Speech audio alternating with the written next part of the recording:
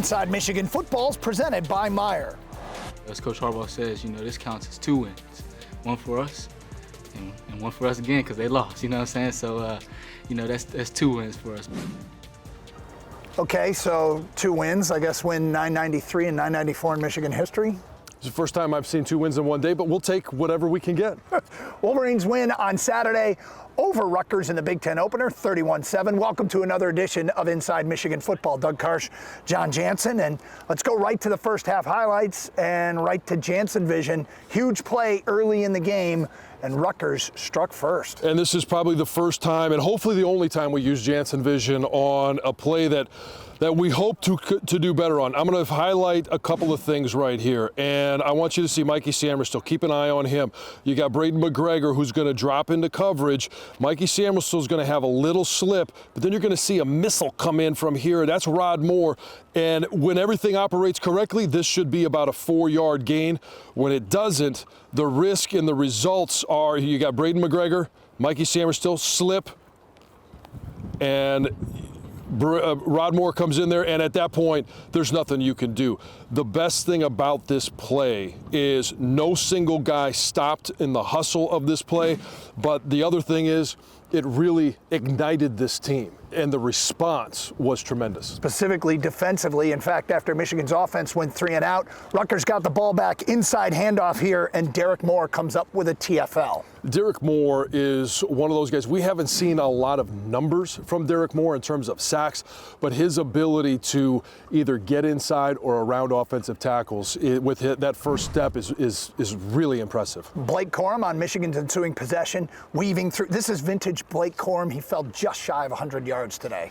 Blake he's so much fun to watch. He's one of those guys that as soon as he touches the ball, you don't know what's going to happen, but you really believe that something special is going to happen. All right, so we go back to Jansen Vision. This is a 3rd and 2 and a very well-designed play. It is, and as we start this play, you're going to watch Donovan Edwards is going to come in motion. And this linebacker right here, it's got him in man coverage. As soon as he gets to this point, it bumps over to this linebacker. But I want you to watch our receiver here as he comes up. Now this is, you could call it a pick play or a rub route.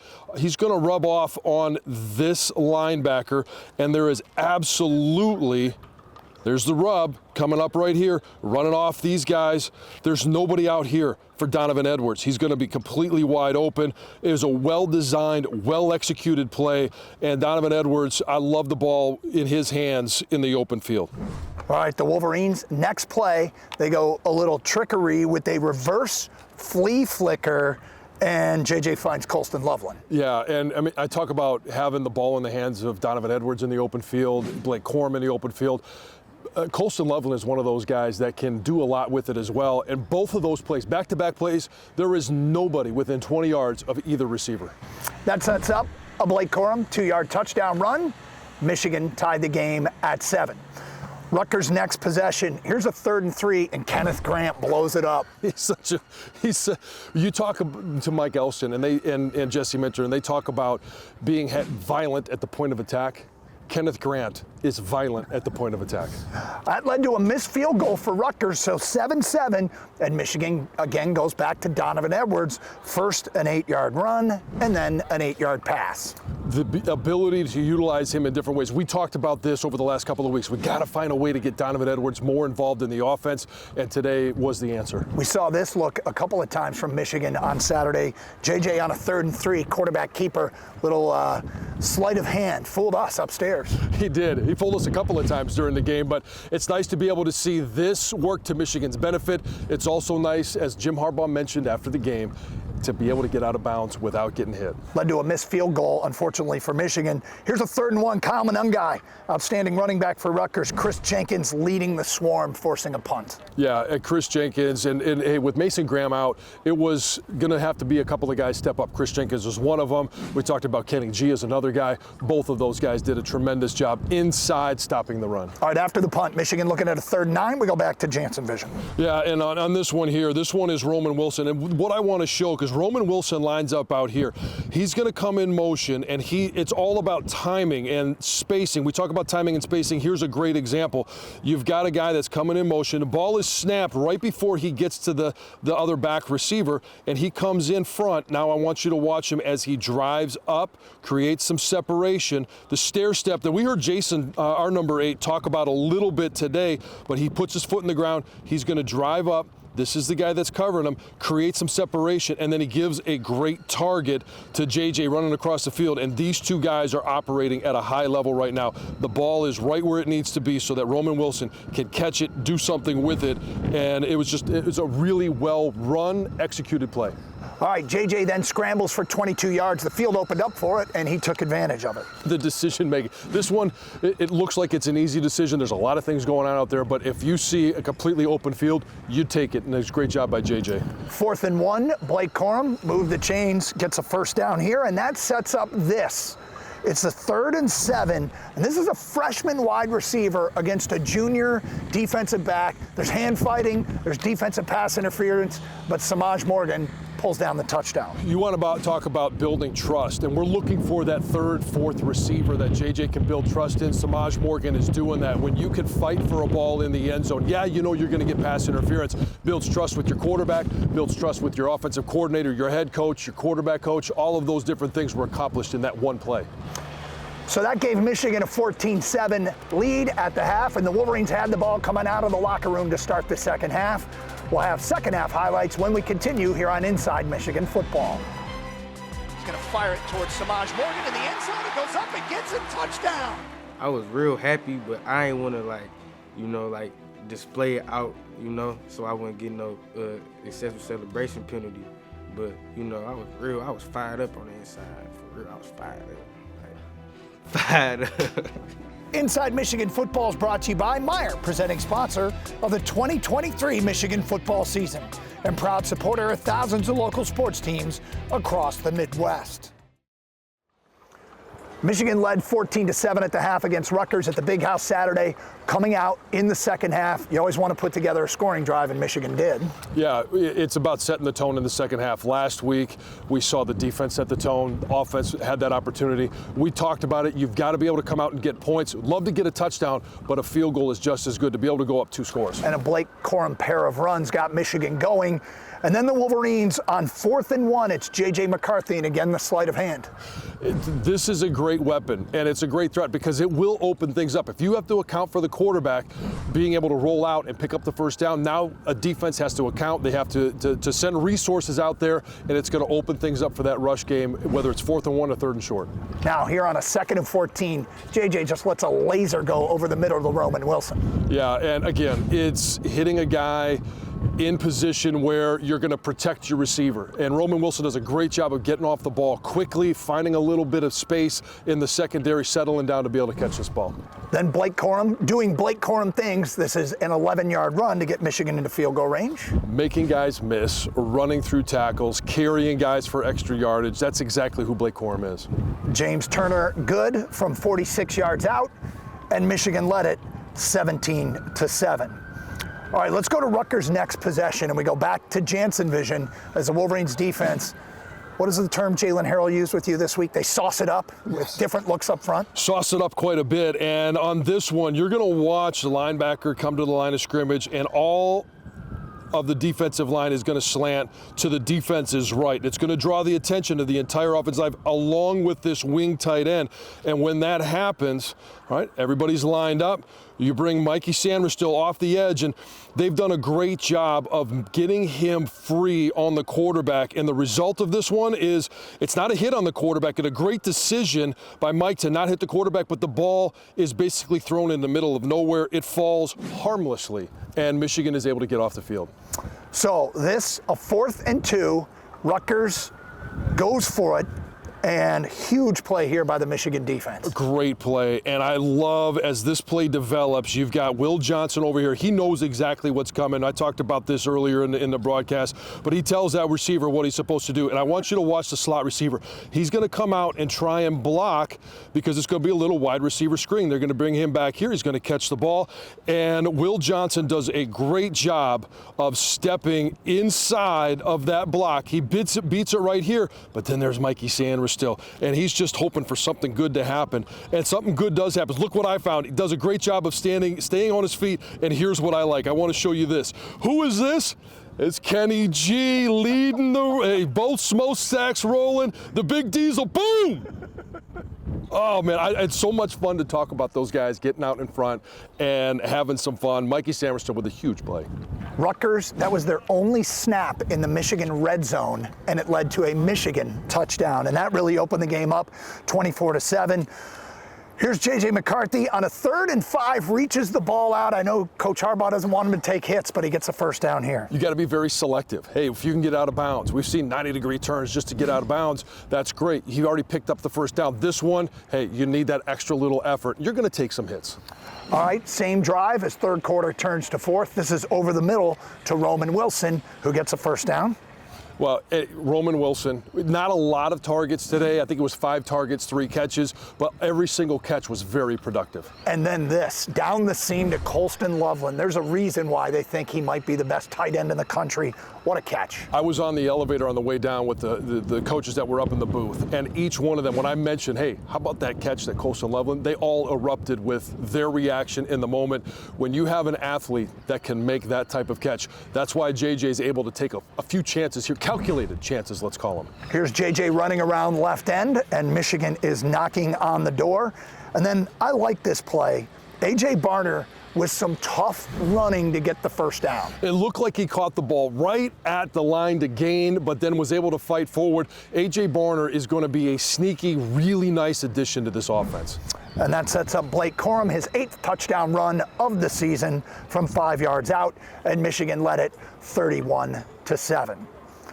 Michigan defense gets back on the field. They need to come up with a stop late to hold Rutgers to 7, and here they are as Wimsatt just throws it up for grabs. Yeah, and Wimsatt could really never get comfortable all day long, just throwing things up at different times. He was a 50% completion guy, and that's about what he ended up today. And then how about this? Kalel Mullings gets in the game late. Some tough running by the big back. He almost popped one out. I think the first long run that he had, it looked like he was going to come out. Somebody grabbed a shoelace and brought him down, but it's nice to be able to see him get some time at the end of the game. And that grinds out the clock for the Wolverines, who close out the win, their first Big Ten win of the year, 31-7 over Rutgers. We'll hear from the head coach next here on Inside Michigan Football. Our conversation with the coach is brought to you by Meijer. Coach, what was it like being back on the sidelines? Oh, it was just great. I really wanted that win, but the players, they wanted it more. You could tell by the way they played. It was just great. I mean, so many people to highlight. Mike Sanders still making that huge play, making the magic happen when we needed it. Difference maker. JJ had a phenomenal game. Blake Corum, one of his best. Colston Loveland, just great to see. Him up to form and career high game for him. And the Michigan offensive line, really awesome to see. And they had some teeth today. It was like a lion. It wasn't just a roar. There was teeth there, holding that ball, ending the game with the ball, making 3 first downs. I mean, that warms the cockles of the heart. Love the 94-yard drive as well. And then the defense gave up 77 yards on I think 23 rushing attempts. I mean, that's just big time. Well, you covered just about everything, but let's talk at the beginning of the game. Not the way you wanted it to start, but how did you see your team respond after Rutgers in the 69-yard touchdown? Well, Coach Klink give the guys a talk on Friday. And his message, a lot of good messages in it, but one was don't flinch. And if you're ever going to flinch, that's a tough way to start a ball game, to give up that big play. But, nobody did. And that's why I told Coach Klink when we got back in the locker room here, nobody flinched, Coach. It was great to see. Well, and nobody flinched in terms of JJ at the quarterback position, coming off of what he had last week. What did you see from him today? 15 to 21. He saved our team many times today. 4th and 2 was just one of those examples where he picked up the first down. Did a great job pulling with the zone read and quarterback run 4, 5, 6 times and got us first downs and big chunk yardage plays and threw the ball exceptionally. Roman Wilson had a heck of a game. He was just really on target, had a heck of a game. One of his best, you know. Samaj Morgan, young guy. Great pass by JJ, great adjustment, and it was a contested catch. Obviously, it was pass interference, but he came down with the touchdown. What did you see from him, especially during that play? It was just great. Just made a contested catch, touchdown. You know, as a freshman playing in his 4th game, you know he's going to get more action. Been seeing a lot of great things from him in practice. Ascending player, had a nice run, catch and run earlier in the game too. So you know that bodes well for us. You know, he's just really liked. He's really liked by the coaches. He's really liked by the other players. They know he's a competitor. Mikey Sanders is one of those guys that putting pressure on quarterback, covering receivers, the pick 6 today. Second interception. And that pick 6 and staying on his feet. I mean, you see the offensive skills really showed up there, and that was such a big play, such a magical play. You're 4-0, 1-0 in the Big Ten. How do you prepare these guys to get on the road and go to Nebraska? Yeah, just put the plan together, practice it, and then you got to pack your team. You know, you got to pack a good defense. That's most critical, and play good. I mean, it's all these games. You just got to play good football. I thought we did that today. You know, had we not, Rutgers is a darn good team. They're going to win a lot of games this year, and everybody we face from here on out is that kind of team. I mean, if you don't play good, you're going to have a good chance of getting beat. If you play good, you got a good chance of winning these games. So just get prepared and probably enjoy this one for probably another 6 hours, and then turn our attention to Nebraska.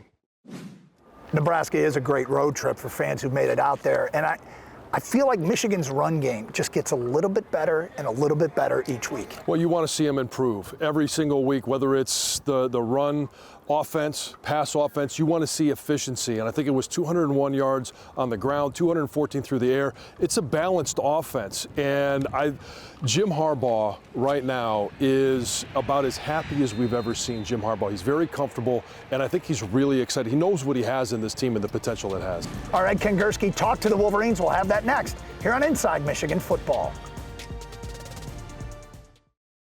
Our Elrose Steel Man of the Week is DB Mikey Sainristil. The man from Mass provided the play of the day with his 3rd quarter 71-yard interception return on a key 4th and 2. It was his 6th career TD, but his first on the defensive side of the ball. The Wolverines were stout after giving up an early score. They shut out the Scarlet Knights over the final 59 minutes and held a top 20 rushing attack to 77 yards on the ground. We challenged ourselves that they also had a very good defense, so we wanted to go out there and just show, you know, who's going to go out there and play the best team defense. We had to go out there and bully them. That was our mentality. It's like, we can't have them running the ball on us. That's been our mentality, like we're run stopping defense. The key really was just hit them in their mouth, just bully them. They wanted to be the bully today, but we ain't allowed it. So today we just being a bully, you know. The Wolverines are on the road the next 2 weeks at Nebraska and at Minnesota. They say great defense travels. We'll find out when they hit the turf in Lincoln. The guys told us after the game the key is to make that stadium yours. John and Doug will be right back to wrap up this week's show. I think we're primed and ready to go on the road and win. You know, every week, you know, you want to take it up another notch. So as you know, as a defense, we just, you know, we got to elevate our game. So every week, you got to elevate our game. We're all chomping at the bit to get after it. It's gonna be a fun environment. You know, it's us versus everybody when we get there. So we're ready for it, and we're gonna prepare this week. So the Wolverines go on the road to Nebraska for their 2nd game of the Big Ten season. You remember being a player and what it's like to go into somebody else's barn. Always fun to go there on the road and get wins. It is, and there's a lot of different things that they're going to have to learn, all right, especially some of the young guys. If we're going to rely on Samaj Morgan, Fred Moore, some of these young receivers, some of the defensive players, they've got to learn, hey, how do you go on the road? How do you act? What do you do? And this is a team that's built to teach some of the young guys how to act on the road, how to be a pro, because there's a lot of experience here. And there's a lot of noise in around Lincoln. It's a great environment. If you get on them early, you can get the fans out of it, but you don't want to let them get into it early. No, let's not start off with the 69-yard touchdown. So let's go out there, defense, offense, whoever it is, set the tone in the first half, not wait for them to do something. But this defense, this offense, we found that they are very resilient. They're able to bounce back from a lot of things that happen throughout the course of a game. We'll have a look back at that one next week here on Inside Michigan Football. So long. Inside Michigan Football is brought to you by Meijer, presenting sponsor of the 2023 Michigan football season and proud supporter of thousands of local sports teams across the Midwest.